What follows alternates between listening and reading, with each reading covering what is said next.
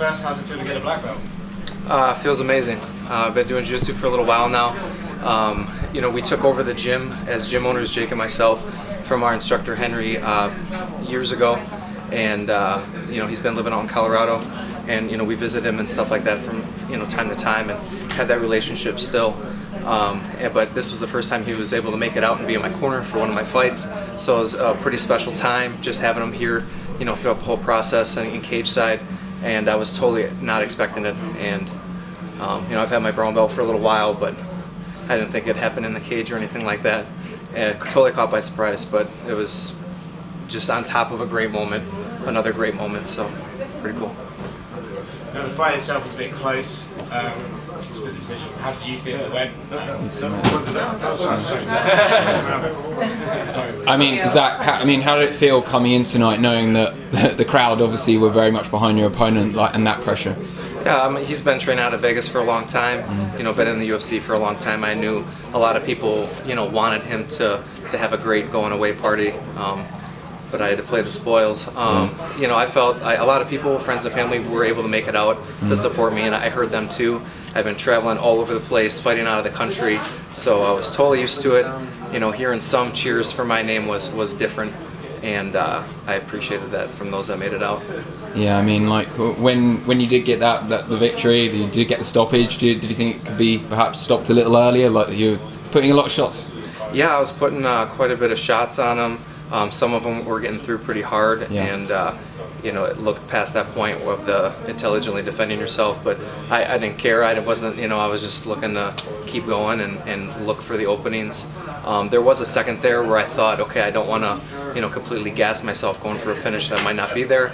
So I kind of reset, go back to sniper mode, and pick my shots a little bit more. And then once I landed another clean one, I came with another barrage and got the finish. Yeah, I mean, Mike has been around for a very long time, 9 years in the UFC. When you were kind of making your way up through the ranks, was he a guy that you were aware of, thinking maybe our paths will cross one day? Most definitely, always was a big fan. Amateur, young pro, I'd watch and stay tuned whenever he would be fighting. I'd watch those fights. Big fan of his.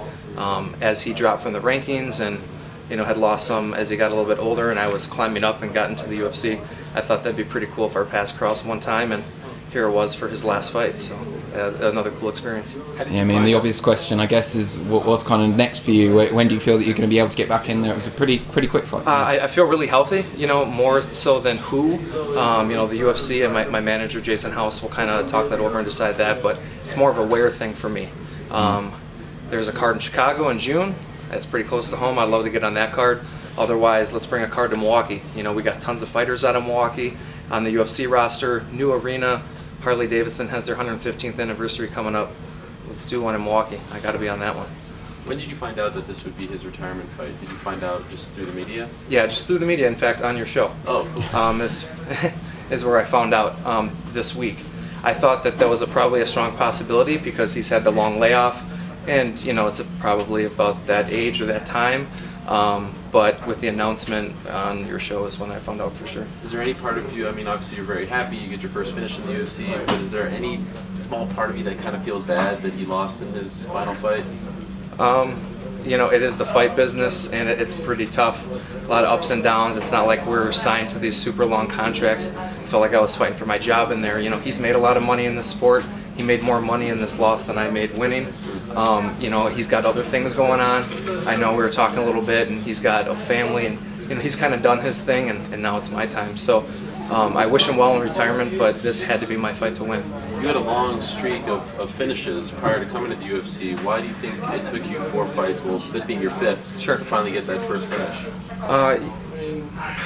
You know, on the regional level, you get somebody hurt, you can just kind of get that finish a little easier. At this level, not only is everybody so much technically better, but they're just tougher guys. You know, you get somebody hurt in these fights or close to submissions, and they just are tough and gritty and find a way to fight out of it. I was fighting experienced people with quite a bit of, you know, all winning records and stuff like that. I wasn't really fighting anybody on their way out.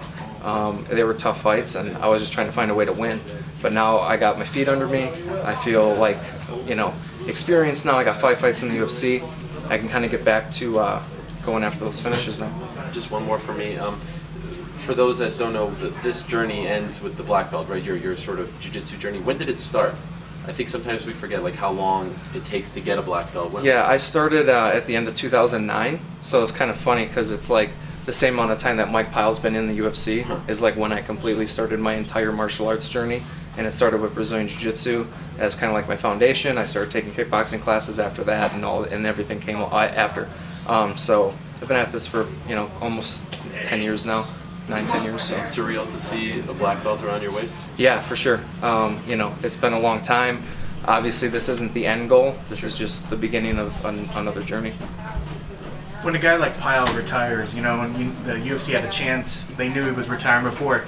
Would you hope that a fighter that's given so much to the sport that they maybe would have did a little bit more for a retirement fight, maybe some sort of a video package, something? Do you think that they gave him enough that he deserved? Yeah, I mean.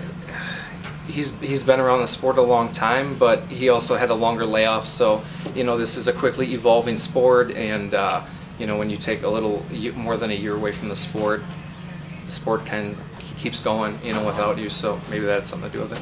Gotcha. And you mentioned Chicago and the places. Are there names that make sense for you? People on the list that you've been dying to get in there and test your skills? I was just really focused on Miky Pyle. I really needed this win. The where spot was kind of a focus for me, if that was a possibility after.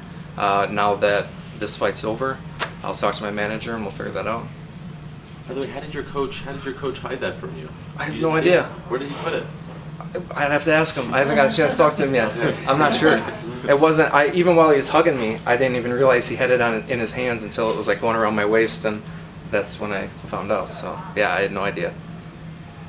Cool. Thanks, Zach. Thank you.